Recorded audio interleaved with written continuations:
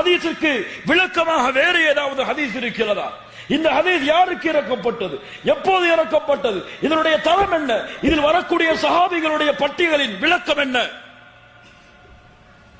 இவர் பலகீனமானவரா, இவர் பலம் உள்ளவரா, இவர் மறதி உள்ளவரா? அதற்கென்று ஒரு கலை இருக்கிறது, உசூல் ஹதீஸ்.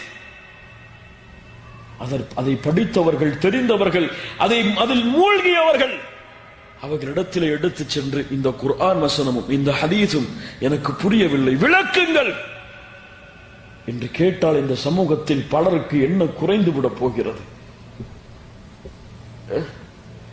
நேற்று 3 வருடம் 2 வருடம் ஏதோ மார்க்க கல்வியை பகிர்ந்து விட்டால் இமாம் புகாரி இந்த ஹதீஸை புரியாமல் பதிந்திருக்கிறார் அல்லது தவறாக பரிந்திருக்கிறார்.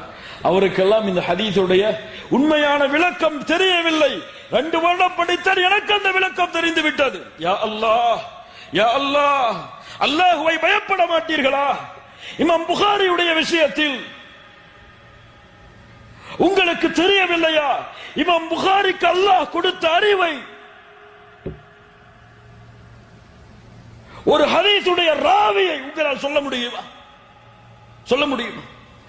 ஒரு 10 ஹதீஸை மனனம் செய்யும் அளவிற்கு உங்களுக்கு திறமை இருக்கிறதா? லட்சக்கணக்கான ஆயிரக்கணக்கான ராவிகளையும் ஹதீஸுகளையும் உள்ளடக்கி குர்ஆனை மனனம் செய்து தஃசீர் கலையை அறிந்த இமாம் புகாரியை பற்றி இப்படி பேசுவதற்கு எப்படி உங்களுடைய நாவுகள் தயாராகிறது? சூனியம் புரியவில்லையா? உன் அறிவுக்கு புலப்படவில்லையா? தெரிந்தவர்கள் உலகத்திலே லட்சோப மக்கள் இருக்கிறார்கள். அல்லாஹ்வுடைய தூதருடைய சஹாபாக்கள் முதற்கொண்டு இந்த உலகத்திலே அவர்களை பின்தொடர்ந்து வந்த எத்தனையோ உலமாக்கள் இருக்கிறார்கள்.